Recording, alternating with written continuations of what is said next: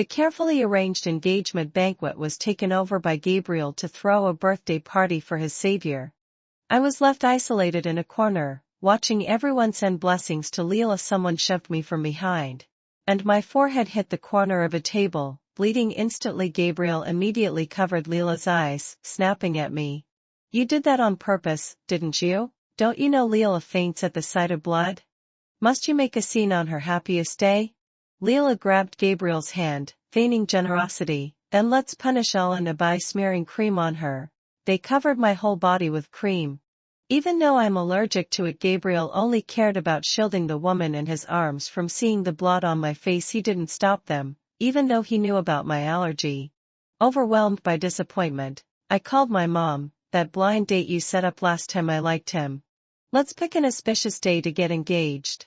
No sooner had Leela finished speaking than a crowd swarmed, smearing cream on my wound and face within seconds.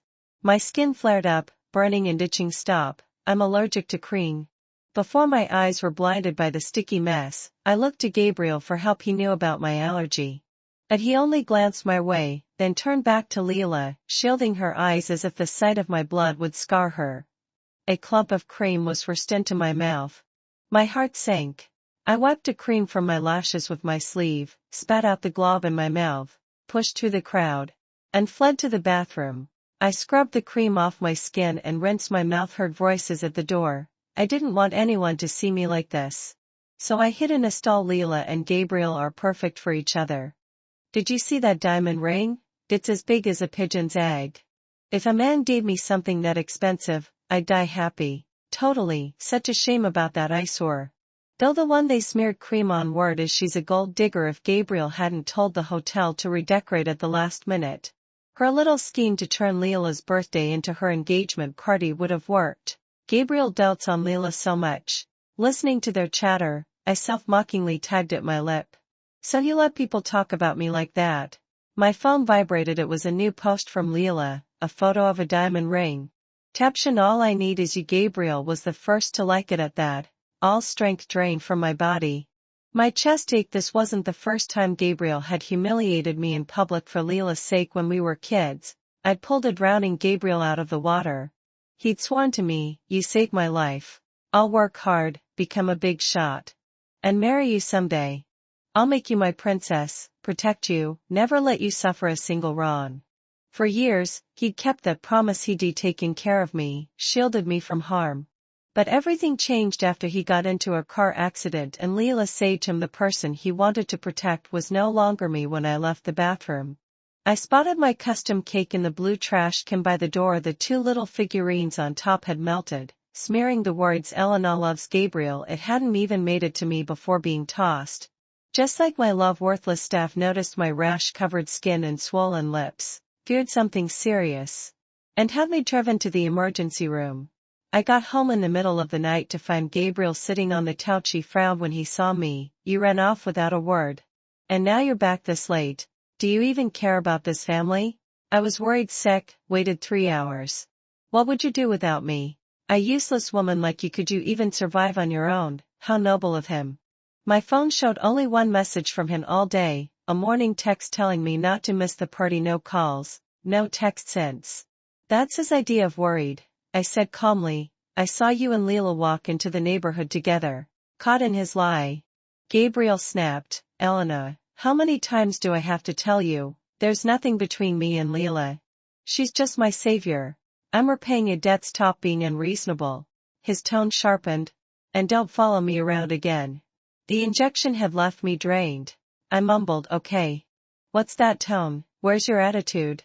Gabriel hated my reply. He was used to me screaming, demanding answers about his relationship with Leela. Noticing my silence, noticing the state of my exposed skin, he froze. "You're having an allergic reaction?"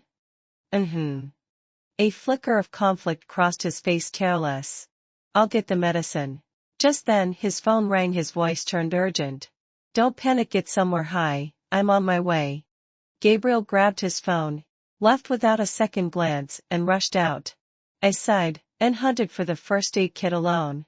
Once, Gabriel had always tended to my injuries. He'd handled everything: laundry, cooking, chores. Now dust covered the tables. The kitchen was cold. I wondered, could I really survive without him? I never found the kid, but I dug up some old things. Love letters we'd written each other in high school. I read them one by one, memories flooding back. I laughed. I cried, muttering fool and so childish under my breath. Those days were the happiest of my life. Now my heart was cold. There was no going back. When I reached the bottom of the stack, a photo fell out. It was a photo of Gabriel and my ankle was in a cast and Gabriel was carrying me on his back. I was grinning triumphantly, and he was smiling so wide you could see all 8 of his teeth. In a daze, my thoughts drifted back to the past with that photo. I remember the day we were in class when an earthquake hit, and we all rushed downstairs to escape. I was pushed to the ground and someone stepped on my ankle, breaking it. Luckily, the earthquake only lasted a dozen seconds, and the school buildings were earthquake resistant, so nothing collapsed. Everyone was rushing outside, but Gabriel, despite the teacher's objections, came back to find me. He picked me up, his body and voice trembling. I don't even want to imagine how gray my life would be if I lost you. I was so moved. I thought, this is the wonder by chewing him for life. But that once unshakable belief is now falling apart at the seams. After looking through everything, I still cried hard but felt a strange sense of relief. It didn't hurt as much as before, and somehow, I'd made up my mind. I stuffed the things into a plastic bag. Then checked my phone. It was already 5 in the morning. A notification popped up from Leila's post last night, thanks to the big boss for chasing away the cockroach. Comforting my fragile heart and being way human heater to keep me safe. The photo showed Leila sleeping in a man's arms. I recognized Gabriel instantly as the one holding her. My phone vibrated again. Another post from Leila, so hungry I was exhausted last night. So I kicked the big boss awake and made him go buy me breakfast. I shut off my phone and right then, Gabriel messaged me. Worked overtime till late last night, starving babe, can you get me Chen's set meal too? Leave it with the doorman, I'll pick it up when I'm free. I almost laughed out of anger. Men's lies are getting more and more shameless. No logic needed. I opened the errand app, ordered set meal too, and had it delivered to room 1088, the apartment Gabriel rented for Leila in the next building. Still seething, I paid the errand guy extra to do one more thing when he delivered it. I called my mom. That blind date you set up last time, I really like him. Let us pick an auspicious day to get engaged. Mom said happily, honey, you're not kidding me, are you? I'm not kidding. I'm 30, I don't want to wait anymore. I just want to find a good man and marry him. I'd waited for Gabriel for over 10 years, waited for that childhood promise of when I make a fortune, I'll marry you. I'm done waiting, Mom, seeing I was serious, said. Then wrap up your work there and come back to City. Mom will take care of everything. After hanging up, I found the chat with my relatives and friends. Their last messages were asking why the engagement banquet was cancelled. I typed, the engagement banquet's been rescheduled. I'll let you know the exact date once it's set. I was packing up my things at home, and when I went downstairs to take out the trash, Gabriel, with a teary-eyed Leila in tow, yelled at me, Elena, what did Leila ever do to you? Why would you humiliate her like this? Apologize.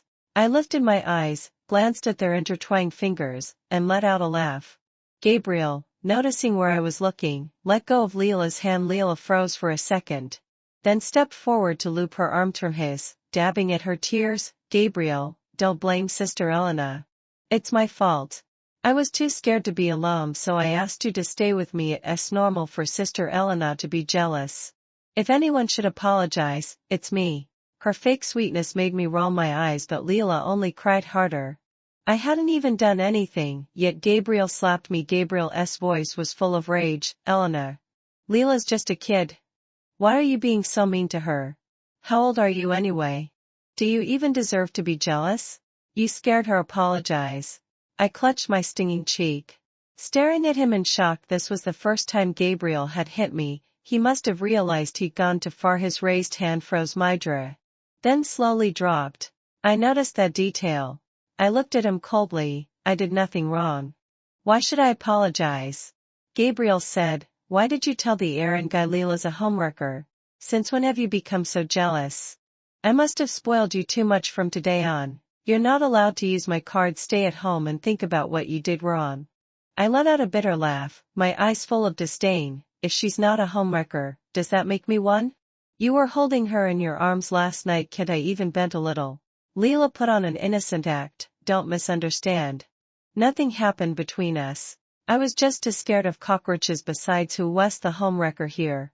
Really? You're the one clinging to Gabriel, refusing to let go. Have you ever thought about how he feels? Your suffocating love is making things hard for him. You have no real job, you're bad-tempered, and you do nothing for Gabriel. You're just after his money, and like me, I only want Gabriel himself. Leela looked at Gabriel with adoration. And he said nothing to refute her. It was as if he agreed with every word, just like how he let people talk about me behind my back, letting their insults stand. I took a deep breath, clenched the hem of my shirt, and asked Gabriel, "Do you think what she said is true?" Gabriel didn't hesitate for a second. "Aren't they? You have a bad temper, you can't do anything. I'm the one earning money to support you. You are living comfortably off me. What more could you possibly want?" I didn't get angry. Instead, I smiled brightly. "You're right, that's me. So that apology you wanted? I'm never going to say it, never." With that, I turned and walked away, ignoring Gabriel's darkening face. My luggage was already at the security booth, and my plane ticket was booked. 3 days later, my engagement banquet began, but Gabriel called to confront me. "You even ran away from home? If you're so capable, never come back. A home without affection, why would I return?" After coming back, I was so busy every day that I quickly brushed Gabriel's words aside. After getting engaged to Oliver, my mom planned a trip for us, claiming it was to foster our relationship. It wasn't awkward at all. Instead, he took care of me in every way. I just needed to show up. Oliver was also incredibly gentlemanly, never doing anything I disliked. Oliver's voice came, "Elena, your phone's ringing." I was in the shower, my hands covered in water, so I said, "Can you answer it for me?" "Tell them I'm busy." Out with a towel. I saw Oliver holding a hair dryer. "Waiting. What are you standing there for? Come here, I'll dry your hair." His deep, pleasant voice at my eardrums. I blinked. "Okay." As my hair was dried bit by bit, I said, a little embarrassed, "Who was calling just now?" "Just a scam call. I didn't ask further." Oliver was a neighbor when we were kids, but he moved abroad in 6th grade. Back then, I'd always chased after him, asking for lollipops. Never thought that after meeting again all these years later, I'd become his fiancée. After washing up, we went back to our own rooms to sleep. Oliver said, "We can sleep together after marriage, no rush."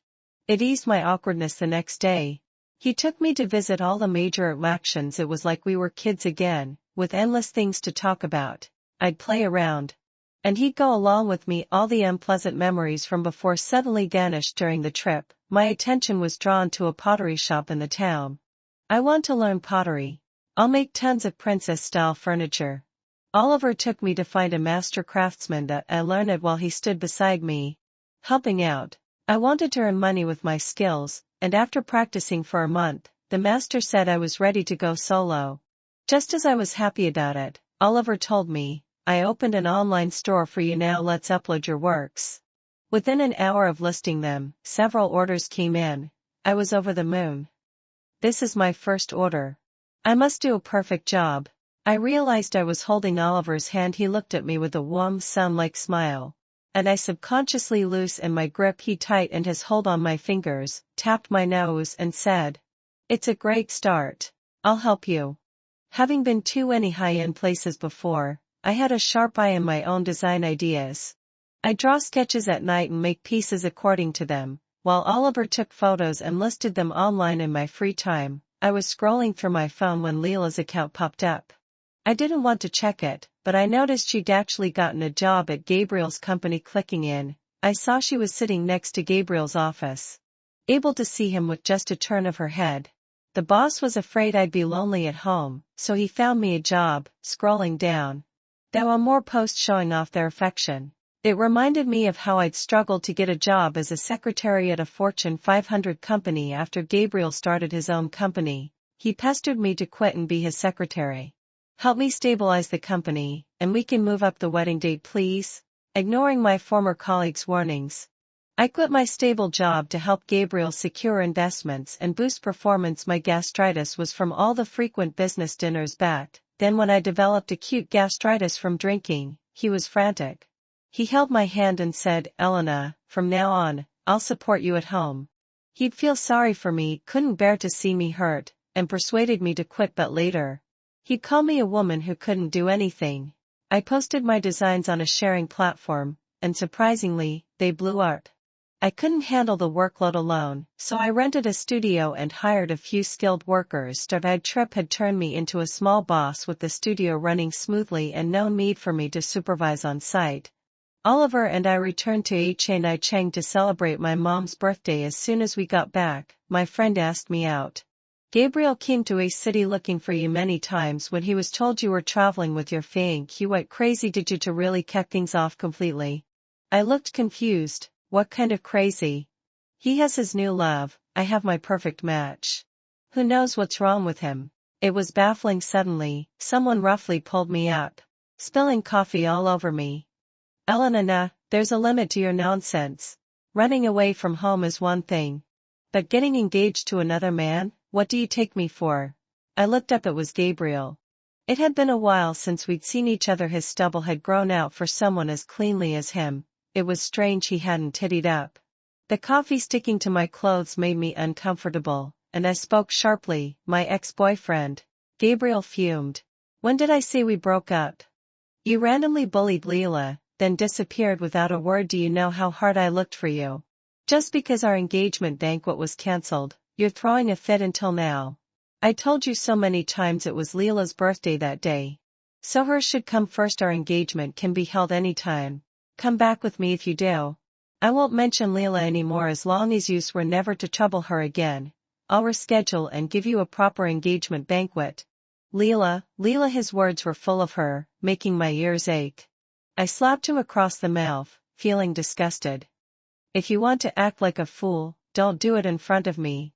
Gabriel, I'll tell you clearly today, I've broken up with you. Whether your Leila is wronged or not has nothing to do with me. Besides, back then you cancelled the plans with friends and family without even telling me. Was that your way of denying our marriage? Elena thinks the date isn't good. She wants to pick another day for the engagement, so we're cancelling for now. The hotel's been refunded too. Mom saw it was my idea and didn't ask further. No one else pressed, just inquired about the new date. It was clearly his doing. Yet he'd pinned it on me." Gabriel's eyes reddened. "Elena, he's no good. What man in this world treats you as well as I do? I even found out you opened a pottery shop online after leaving me. You're forced to earn money. You're just a cash cow to him, don't you see?" I had no patience for his words, struggling to break free from his grip. But Gabriel was determined, dragging me outward. "I have to take you today. I won't let you get cheated." "You're crazy, let go." My friend tried to help, but Gabriel shoved her to the ground. I glanced at her in alarm, then felt someone rushing over. In the next second, Gabriel was yanked aside and punched hard. Collapsing to the floor, Oliver pulled me close, hands on my shoulders, scanning me with obvious worry.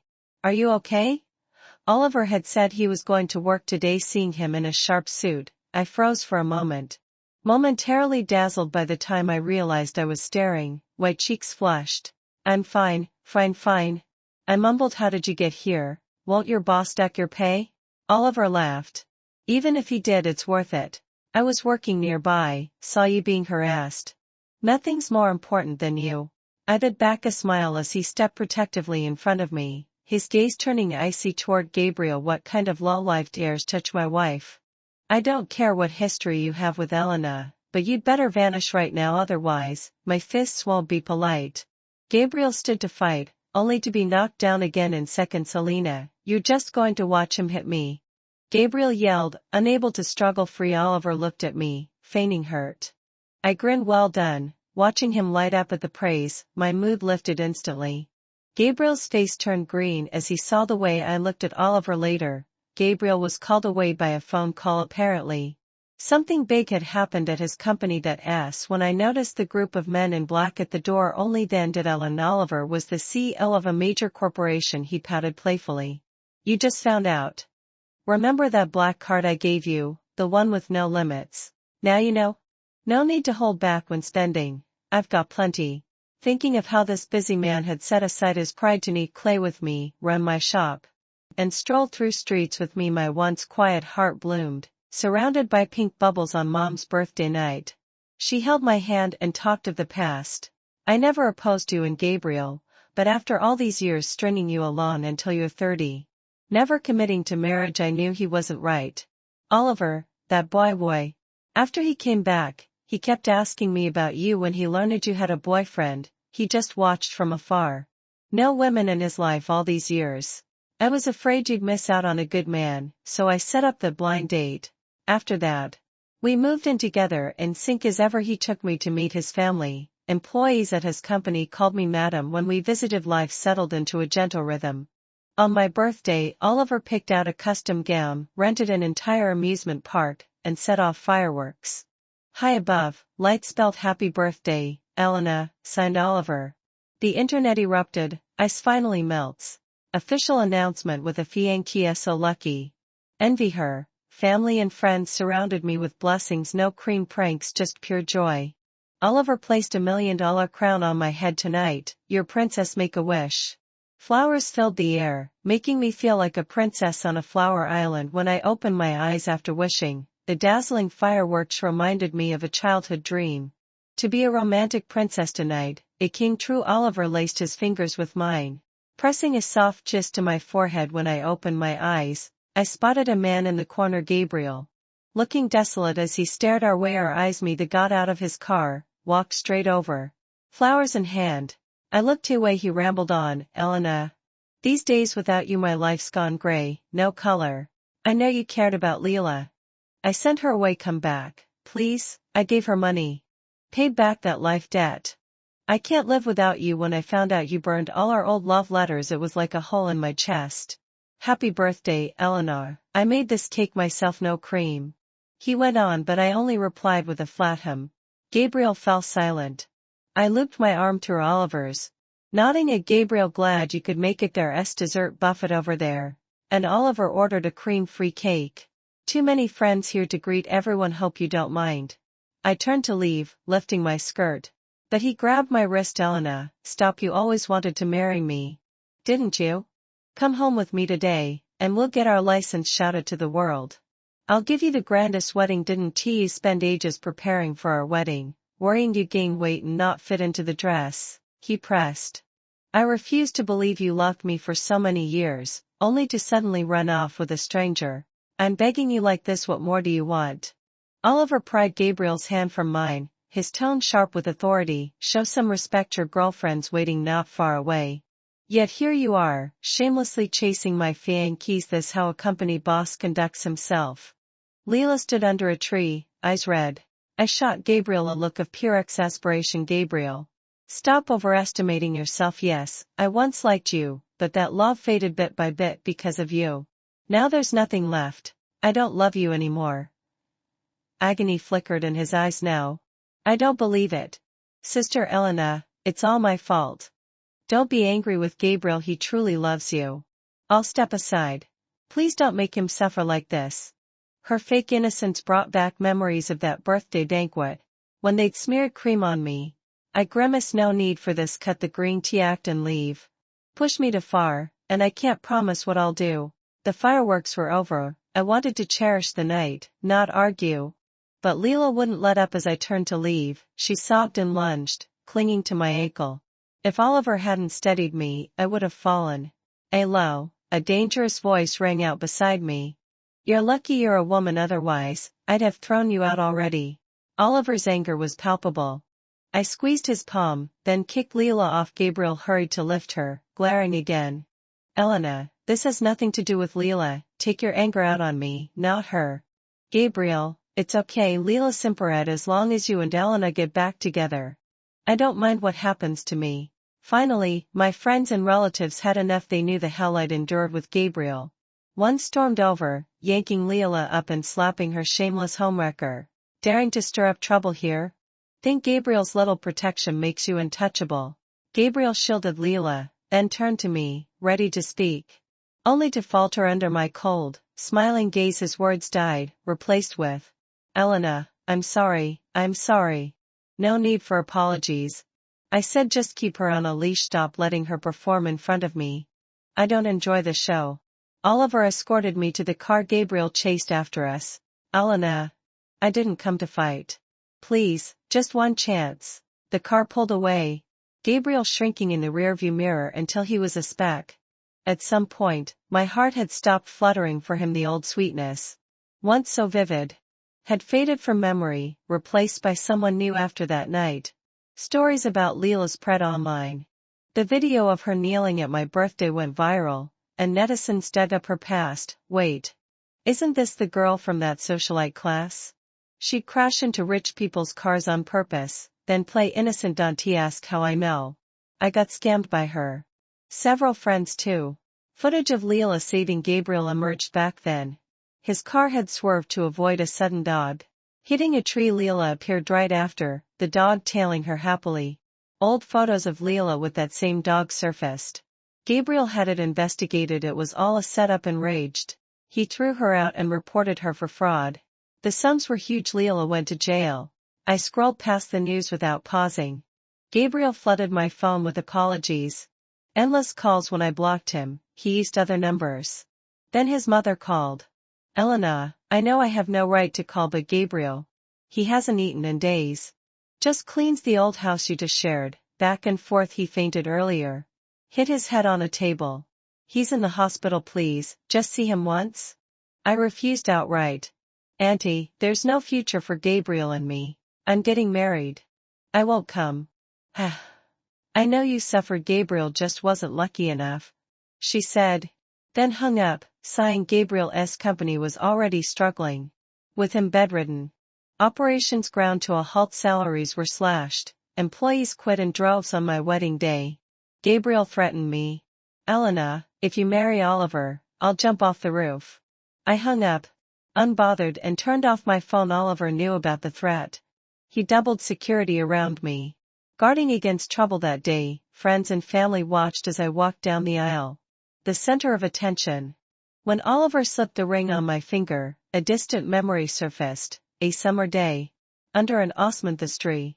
A pitiful little girl chased a boy, begging for candy. Brother, give me a lollipop, and I'll be your bride when I grow up. Hearing the little shadow's words, the boy stopped running. Suddenly shy, he unwrapped the lollipop and popped it into my mouth, then said sternly, "Silly girl. Don't say that to other boys, you might get snatched away." Oliver's mom found this footage in an old camera and showed it to me. So he'd been waiting too. In the glow of everyone's gaze, I tiptoed and pressed a soft kiss to Oliver's lips. His large hand curved around my waist.